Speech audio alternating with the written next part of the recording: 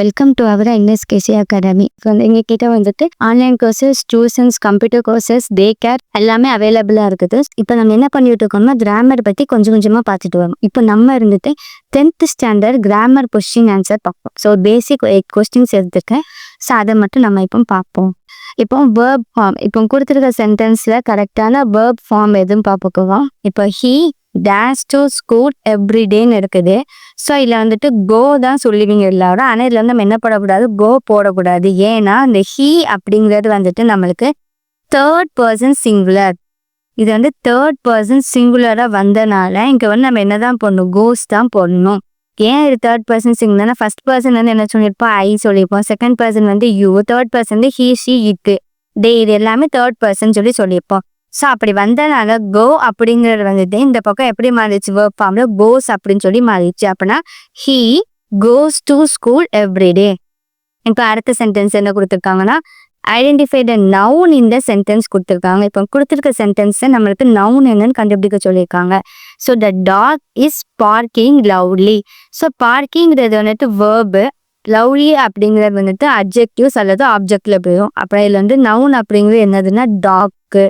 Which one is an அட்ஜெக்டிவ்னு எடுத்திருக்காங்க. So writing அப்படிங்கிறது வந்துட்டு நம்ம வந்து எல்லாமே பார்க்கக்கூடியது. ஆனால் பியூட்டிஃபுல் அப்படிங்கிறது வந்து என்னதான் இப்போ நம்ம உணர மட்டும் தான் முடியாது. நம்மள என்ன பண்ண கண்ணால பார்க்க முடியாது, ஒன்லி ஃபீலிங்ஸ் மட்டும் தான். அதனால இதுதான் அந்த கரெக்டான அட்ஜெக்டிவ்ஸ்.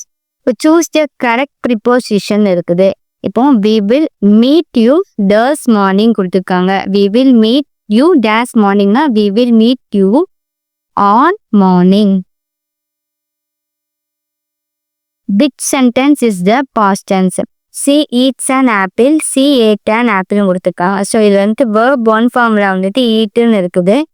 verb 2 என்ன படிச்சிருக்கோம்னா எயிட்டுன்னு படிச்சிருப்போம். verb 3 வந்து ஈட்டுன்னு படிச்சிருப்போம். ஸோ இது வந்துட்டு ப்ரெசன்ட் ஃபார்ம், பாஸ்ட் ஃபார்ம், ஃபியூச்சர்னு குடிச்சிருப்பாங்க.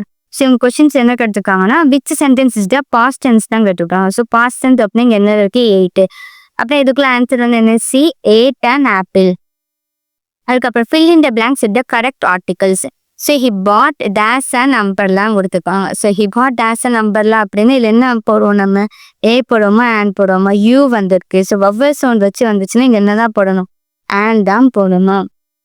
which is the correct spelling? receive அப்படிங்கிறதுக்கு 2 ஸ்பெல்லிங் இருக்குது. ஸோ RECIEVEன்னு சொல்லி இருக்கு. இது வந்து ரிசீவ் ஸ்பெல்லிங் கிடையாது. ஸோ ரிசீவ் அப்படிங்கிற ஸ்பெல்லிங் வந்து RECEIVE, இதுதான் கரெக்டான ஸ்பெல்லிங். இப்போ காம்பவுண்ட் வேர்ட்ஸ் கொடுத்துருக்காங்க. Choose the correct compound word. எதுக்கு கொடுத்துருக்காங்கன்னா டிராஃபிக் சொல்லி கொடுத்துருக்காங்க. டிராஃபிக் அப்படிங்கிறதுக்கு வந்துட்டு 2 ஆப்ஷன் கொடுத்துருக்காங்க, ஜாமு, காரும் சொல்லி கொடுத்துருக்காங்க. ஸோ நம்மளுக்கு இவங்க டிராஃபிக்னு சிக்னலும் வரும். ஸோ நம்மளுக்கு அந்த சிக்னல் அப்படிங்கிறது இங்கே ஆப்ஷனில் கொடுக்கல.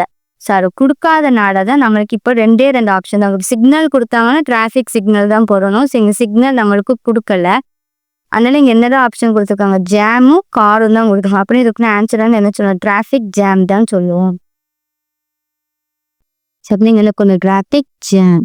இது 10th கிராமர் கொஸ்டின்ஸ் 10 பார்த்துருப்போம். ஸோ இந்த வீடியோ உங்களுக்கு பிடிச்சிருந்துச்சுன்னா லைக் பண்ணுங்கள், ஷேர் பண்ணுங்கள், சப்ஸ்கிரைப் பண்ணுங்கள். தேங்க்யூ.